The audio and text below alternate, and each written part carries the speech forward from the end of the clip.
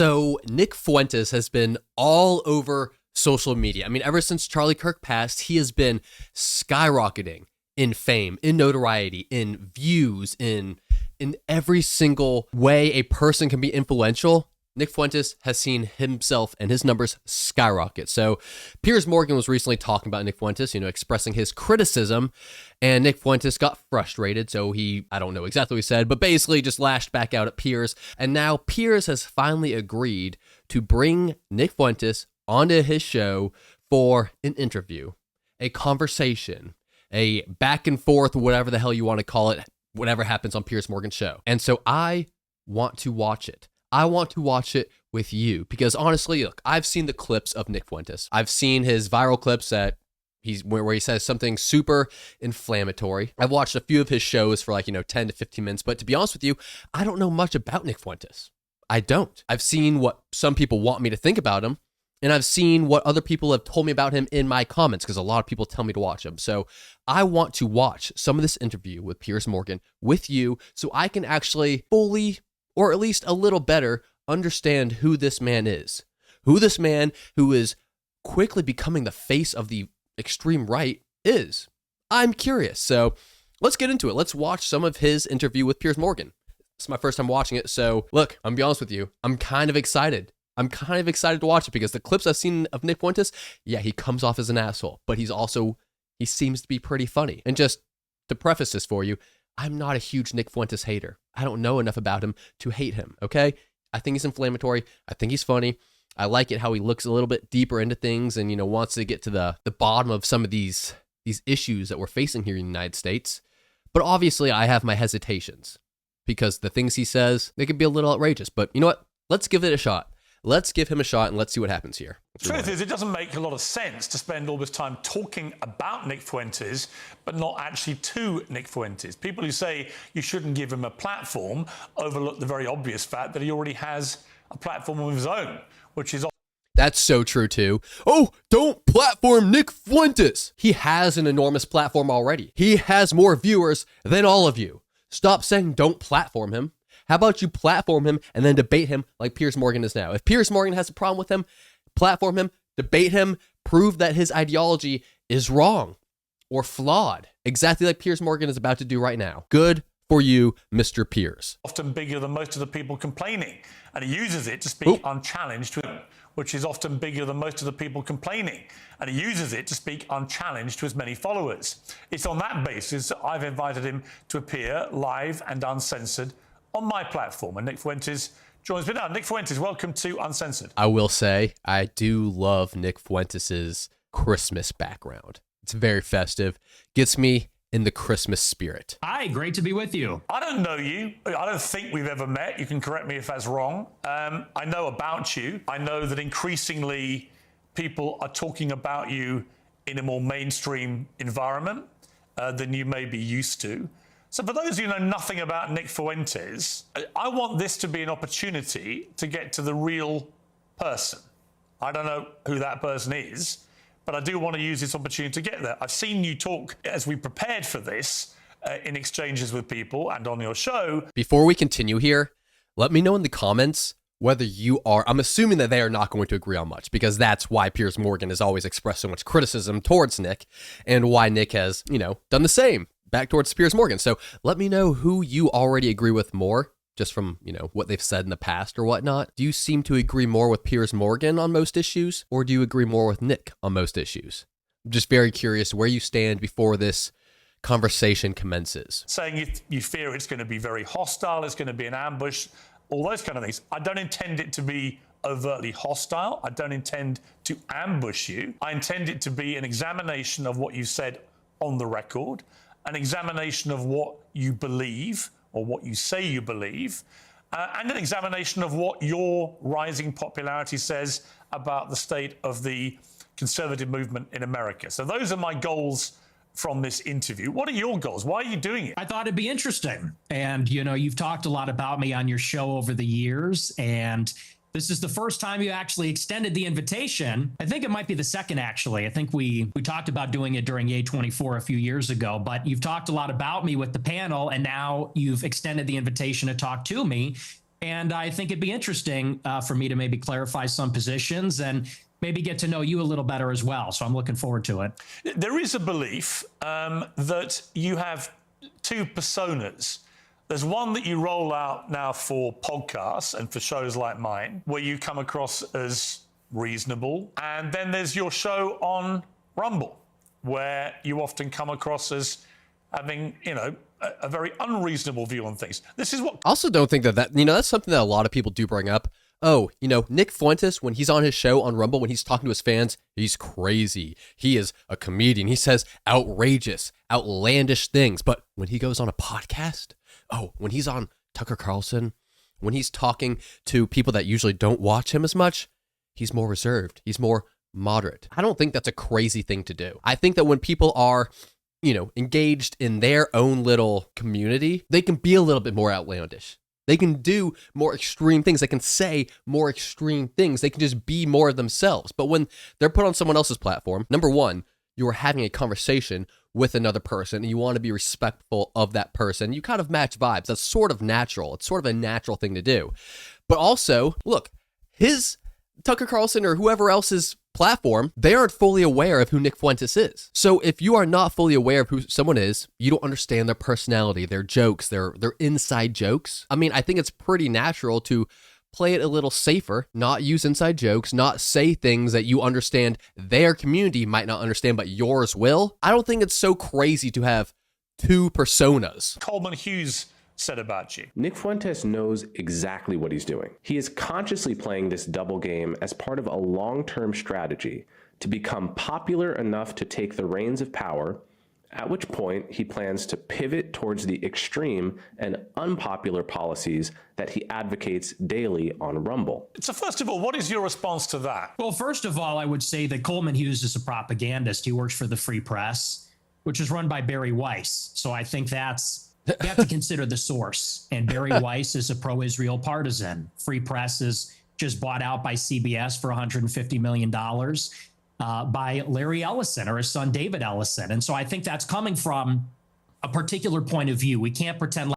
Yeah, also, just really quick, I think they say the CBS is owned by Larry Ellison, or he clarified there, Nick Fuentes did, but a lot of people say that Larry Ellison owns CBS. It's not actually Larry, it's his son. So just wanted to make sure that we were all clear on that. Like that's coming from a vacuum or from some fixed position. That's coming from a propaganda outlet that's in favor of Israel. That's first. But second, I would say he is right about the two personas. And I think that everybody understands this on some level. On my show, I make jokes and I use rhetoric and I'm hyperbolic.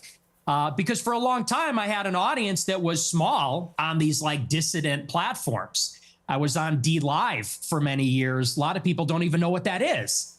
And so I had a small following and we had sort of like an in-group sense of humor and memes and things like that. And you talk about it one way on a freewheeling live stream when I'm by myself and I'm ranting and we make jokes and we play devil's advocate. We play with different positions. But then when you sit down in an interview like this one and people ask me a good faith question, what do you actually believe? Well, then I clarify and I say, well, here I'm not joking. Here I'm not being hyperbolic. I'm not being rhetorical. I'll tell you precisely what I believe. As far as this idea that I'm going to get power and then turn into Hitler, that just sounds totally insane to me. I'll be honest. It just sounds insane. So yeah, it sounds like he's saying a lot of what I was just saying, right? Regarding like, when you're with your community, yeah, you can make jokes, inside jokes. You can have a little bit more fun. But when you're on someone else's platform, you're not going to necessarily speak the same. You're not going to act the same. And I think that's completely understandable. I mean, I get on Twitch or what's it called, Kick sometimes, and I'll watch people play things like old school RuneScape, Fortnite, whatever. And some of these streamers, they'll only have 10 viewers, 200 viewers. Some of them will have a few thousand, but they are absolutely outrageous in those streams. The inside jokes that they have are, quite frankly, offensive. They are gross. They are pretty far-fetched and ridiculous. And like when I first enter those streams or, watch that streamer for the first time, I'm like, wow, this guy's weird. This guy's a little off-putting. He's a little too much for me. But then if I sit in that stream for a little bit and I start to see the vibe that he has with his audience, the connection that he has with the audience, the inside jokes, I start to get in on the inside jokes. I realize that they're not crazy. They're not gross. They just reciprocate this energy with their community. And it's not in a mean way. It's just the vibe of their stream. So I don't necessarily have an issue with Nick Fuentes putting on two different personas or whatever you want to call it whenever he is doing his own stream or when he's on Piers Morgan like he is right now. You have aspirations for political power? Not really. I think that if I wanted to run for office, I wouldn't say a lot of the things that I say. I don't know that a lot of people would vote for me. I tend to offend everybody, even a lot of people that like me. So no, I'm a truth teller. I like to tell the truth. I like to do my live stream. Who is Nick Fuentes? Tell me about your upbringing. I know you grew up in the suburbs of Chicago. Tell me about your early years. Early how? Like my childhood or a little bit later? Yeah, your childhood, yeah.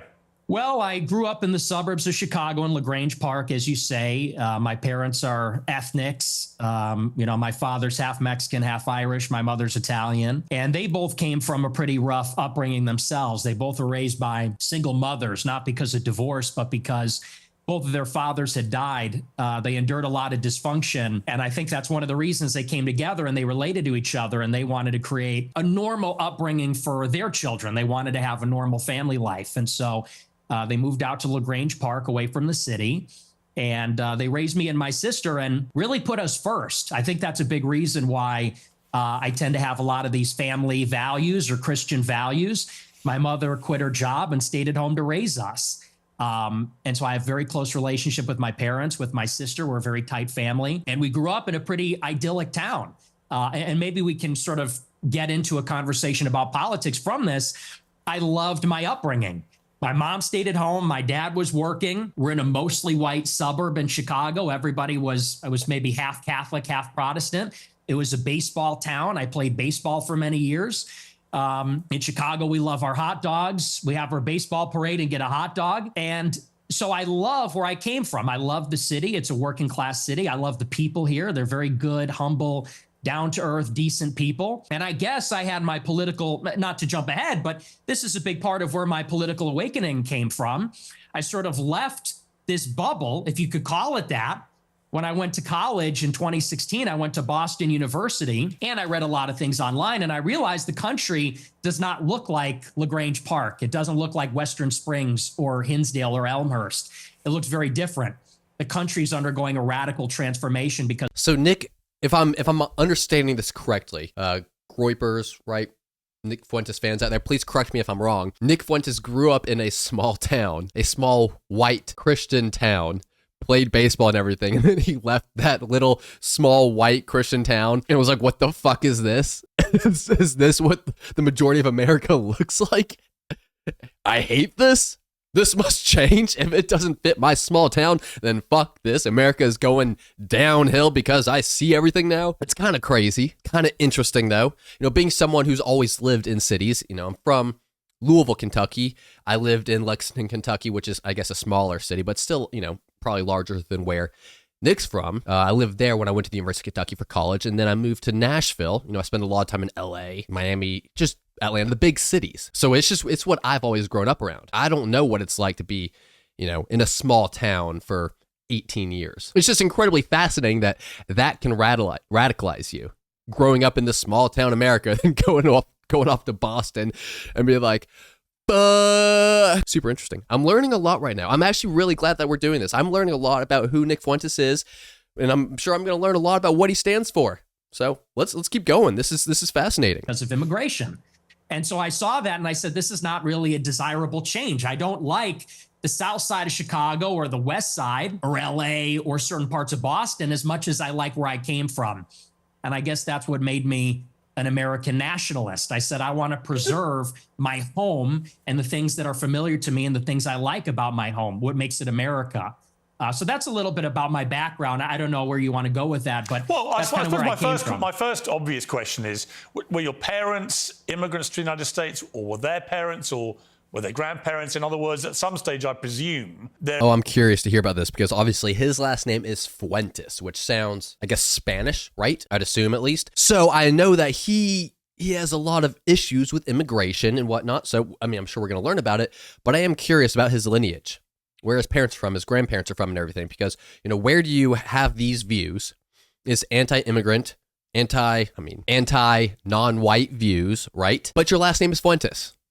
there were immigrants in your family who came to the US. Is that correct? There were. I believe my mother was fourth generation and my father was third generation. So their ancestors came here on my mom's side in the 1860s, I believe, the first wave of Italian immigration. My father's ancestors, I think they came around at the turn of the century in 1900. So your view of immigration, and we'll get to the specifics about your views on immigration, are they not affected at all by the fact that if it wasn't for immigration, you wouldn't exist as an American? Well, I would certainly exist, but like you said, maybe not as an American. Certainly that's influenced in some measure.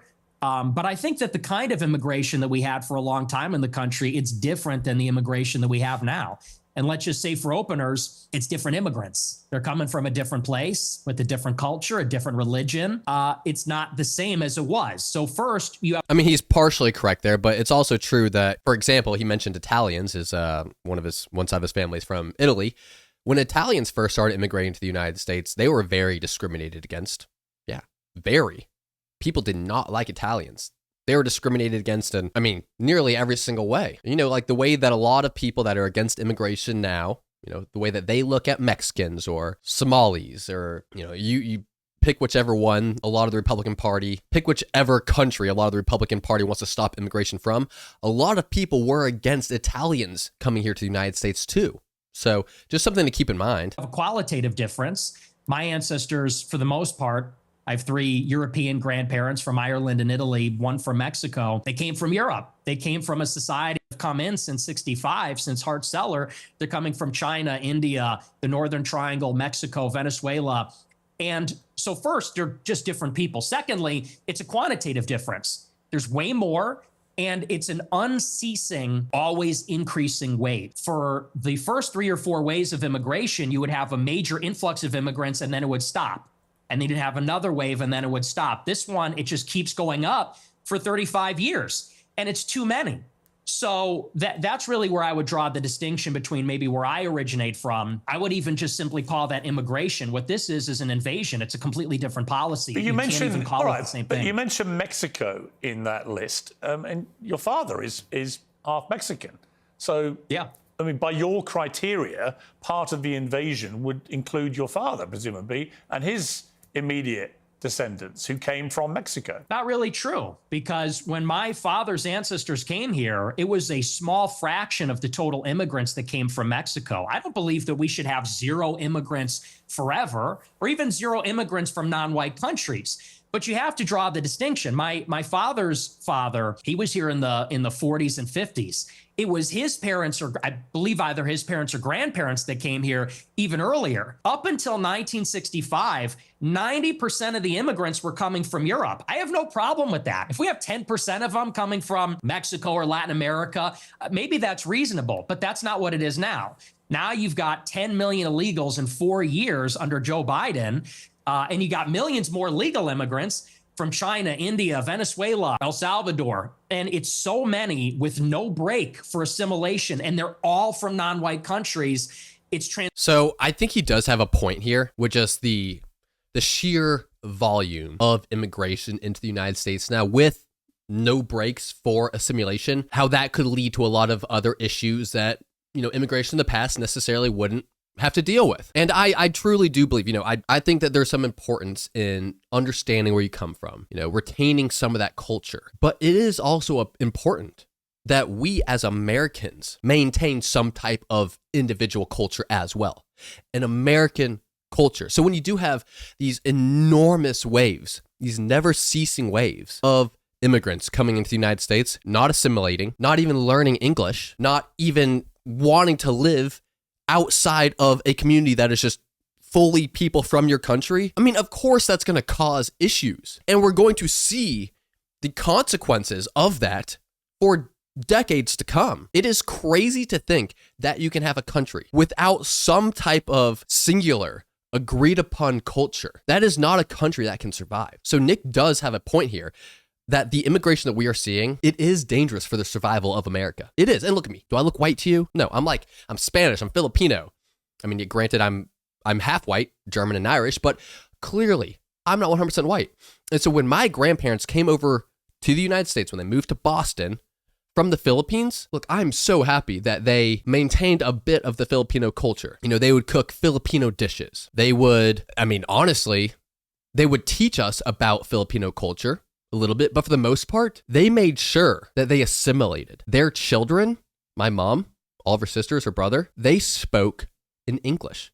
So when you were in the household, you weren't speaking in another language, you were speaking in English because they understood that to be an American meant assimilating to American culture. And that is something that we have lost. That is something that immigrants don't think about, or they don't think that same way anymore. They think, come to America, take advantage of the good parts of America, but then also don't become an American, at least not culturally, at least not mentally. And that is an issue. And if you don't think that's an issue, then you are just blind. We can't just be a country of thousands or millions of different neighborhoods that don't like each other, that don't get along with each other, that don't agree on anything together, that can't work together. That doesn't work.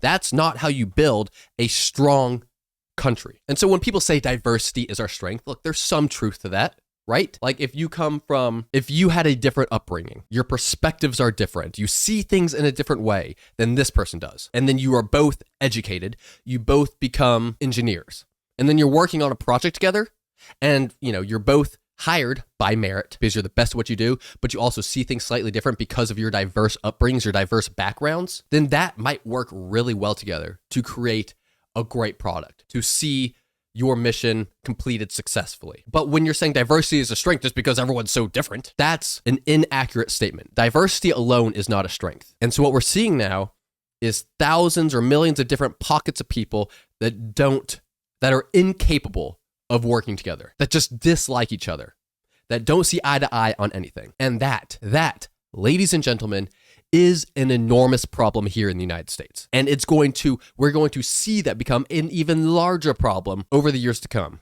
over the next 3 years, 5 years, 10 years, 20 years. So Nick does have a point when he is addressing this massive wave of never-ending immigration that we're seeing.